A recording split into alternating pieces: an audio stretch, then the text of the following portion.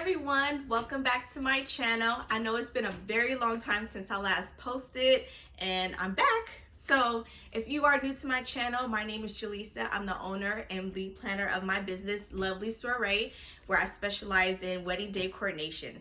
So sorry, I just got a kitten and she's like running all over the place, so hopefully she's not too distracting, and I can get through this video without her acting up.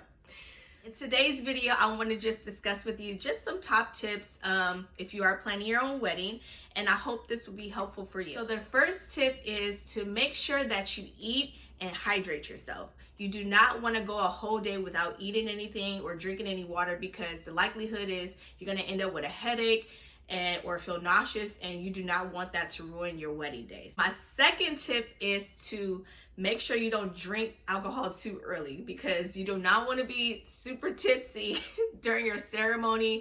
I actually have a story behind this, but that's going to be a separate video. But yeah, just make sure you just pace yourself, okay? And the next tip is, if you're a wine lover like me and you love red wine, I would suggest make sure you drink water in between glasses or sparkling water, because you'll end up with stained teeth. That's what happened to me when on my wedding day I just was drinking a lot of red wine, and some of my photos, my teeth were kind of stained, and I wish somebody would have told me, but I didn't. Yeah, just make sure you just drink water or sparkling water in between glasses to prevent stained teeth. And my next tip is, if you are planning to write your own wedding vows, make sure you don't do it the morning of. That's what happened to me, and I don't do well with just public speaking in general.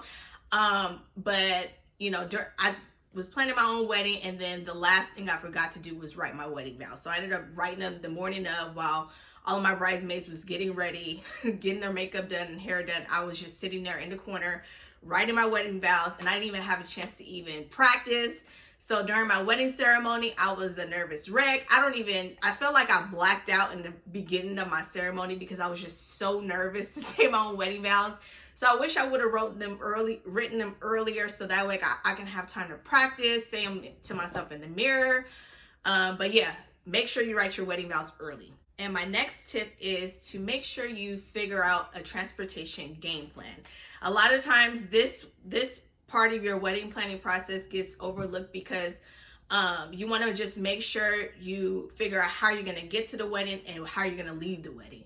So I did have an instance where I had a couple, they took an Uber to their wedding, but when the wedding was over, they didn't figure out how they were going to get back to their hotel. So you just want to make sure you figure out a game plan, who's going to be taking you to the wedding, who's going to be taking you home to from the wedding. So yeah. And the next tip, this goes hand in hand with transportation.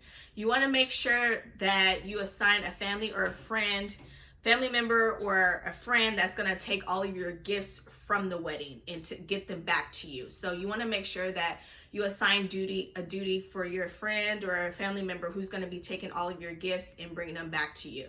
And the next tip, this is a very important tip, is to make sure you hire a professional wedding coordinator. Especially if you are planning your own wedding, you want to just make sure that you hire a professional wedding coordinator that's going to take on all of your plans and execute all of those plans the day of. I highly suggest do not hire a family member to plan your wedding or to coordinate your wedding, because for one, if they're not a professional, they're not going to really know what to do.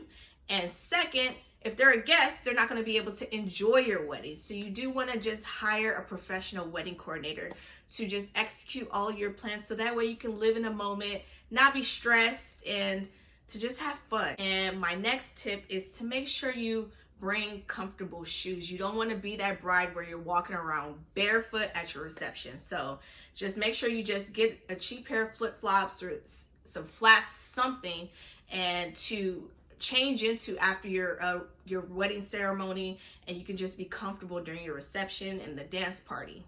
And my last final tip is for photographers and videographers. So if you hire a photographer and you have a 5-hour wedding or a 6-hour wedding, do not book your photographer for 6 hours, because I'm trying to make this make sense. So if you have a 6-hour wedding, don't assume your photographer or hire your photographer for 6 hours, because if you're planning on wanting to have pictures of you getting ready, you want to have a first look, what else? First look, your ceremony, if you're planning to do like table greetings during your reception, first dance, parents dance, like all of these things, if you're going to have a heavy reception program, don't book your photographer for 6 hours. I would suggest booking your photographer for at least 8 hours, so that way you can capture all of those moments for your wedding without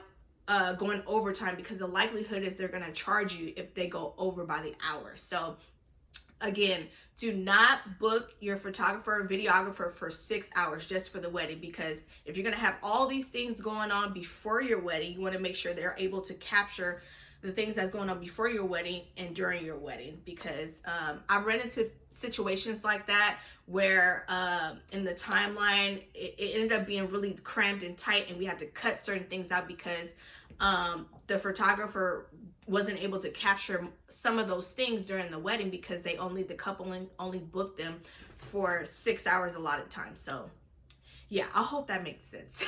So yeah, I hope these top tips were really helpful for you. And don't forget to like and subscribe to my channel, and I'll see you in the next video. Bye.